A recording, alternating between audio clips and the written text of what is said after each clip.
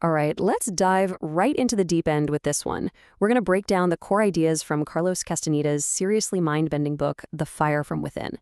And trust me, it's designed to challenge pretty much everything you think you know about what's real. So let's kick things off with a quote that basically flips everything on its head right from the start. Castaneda's teacher, Don Juan Matus, says this not as some philosophical musing, but as a straight-up fact of perception. It's a direct hit on our most basic assumption about the world. So if we're not living in a world of objects, then what in the world is it? To even begin to understand that, you have to get your head around this foundational idea. There isn't just one way to see the world. Nope, there are two. Don Juan calls these the right side and the left side. Now, the right side, that's our comfort zone. It's our normal, everyday consciousness, the world of logic, coffee cups, and traffic. But the left side? Well, that's where things get wild.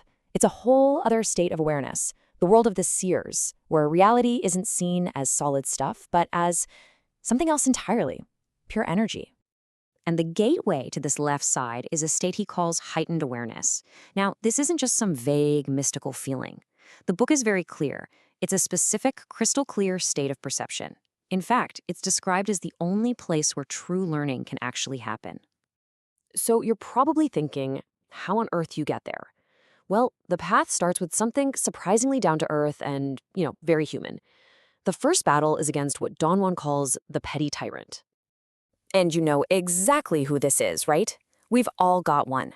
The petty tyrant is that tormentor in your life, that awful boss, that difficult family member, that person who just gets under your skin and completely drains your battery with every little thing they do.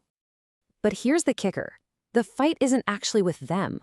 The book argues the real enemy is our own self-importance. It's our ego, right?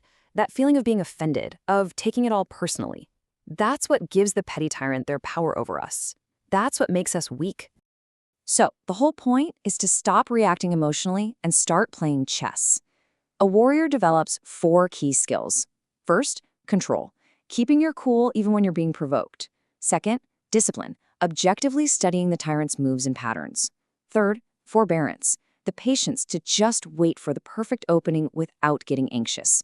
And finally, timing, acting with total precision when that moment comes. It turns the whole thing from a personal drama into a strategic game. And this isn't just some abstract theory. Don Juan tells his own story about dealing with his absolutely monstrous foreman. By using these exact principles, he transformed this guy from a source of misery into the very tool that sharpened his own spirit. So, this first battle, it's really about reclaiming your own energy. And that energy you save from fighting with petty tyrants, it's not just for having a better day. It's fuel. It's the fuel you need to understand the next level. The nuts and bolts of how our reality actually gets put together. This really is the million-dollar question, isn't it? If the world isn't just a solid, fixed thing that's out there, then what is the mechanism that's actually shaping what we see and experience? The answer, according to the seers, is something called the assemblage point. And this is probably the single most important concept in the entire book.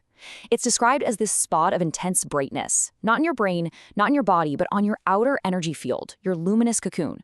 And its job is to perceive. Now, to help you picture this, the book gives a fantastic analogy. Think of the assemblage point as a glowing magnet. The entire universe is made of infinite energy filaments, and this little magnet is constantly pulling in very specific ones, lining them up, and grouping them together to literally construct the world we recognize. So get this, because it's the absolute key to everything. What you perceive is 100% dictated by the position of that point. If you want to see a different world, you don't go out and change the world, you change the position of your assemblage point. That's the whole game. Okay, so if our assemblage point is grabbing these energy filaments, what are they? Where do they come from? Let's zoom out from our personal perception to the very fabric of the cosmos itself. Well, for the seers, the universe isn't what we think it is. It's not this big, empty space with planets and stars sprinkled in. It's a dense, infinite ocean of shimmering, living, energetic filaments. Everything is made of this stuff. They call these filaments the eagle's emanations. This is the fundamental conscious energy that makes up everything that exists. And we, you, me, every living thing, are described as these little bubbles, these self-contained spheres of these very same emanations. So, the seers basically sorted all this infinite energy into 3 huge categories. First, you've got the known. That's the tiny, tiny slice of reality our assemblage point is tuned to right now. Then there's the unknown. This is all the stuff we could perceive if we just had enough energy to shift our assemblage point. It's within our reach. And finally, there's the unknowable, the vast, cosmic ocean of emanations that's just forever beyond what a human can grasp. Okay, so we've talked about tyrants, energy, assemblage points, and the fabric of the universe. What is the point of all this? What's the end game? This is where the title of the book finally comes into play. The final, ultimate goal of a seer's journey isn't just to shift their assemblage point and see other cool worlds. The real goal is to achieve total awareness by getting every single emanation inside their energy bubble to light up and align all at once. This quote from the book just describes it so powerfully. This total alignment creates what's called the fire from within. The seer's awareness expands so completely that the boundary of their personal energy bubble dissolves and they consciously merge with the infinite energy of the universe. And I gotta stress this is not described as death. Not at all. It's framed as the ultimate act of freedom. It's the grand finale of the warrior's path, to hold on to your individual awareness at the very moment you become one with everything. So we end up right back where we started, but with a completely different perspective. The book leaves us with this massive hanging question. If the world you and I see every single day is just one interpretation, just one station on an infinite dial assembled out of endless possibilities, what other worlds are out there, just waiting, just a tiny shift of perception away?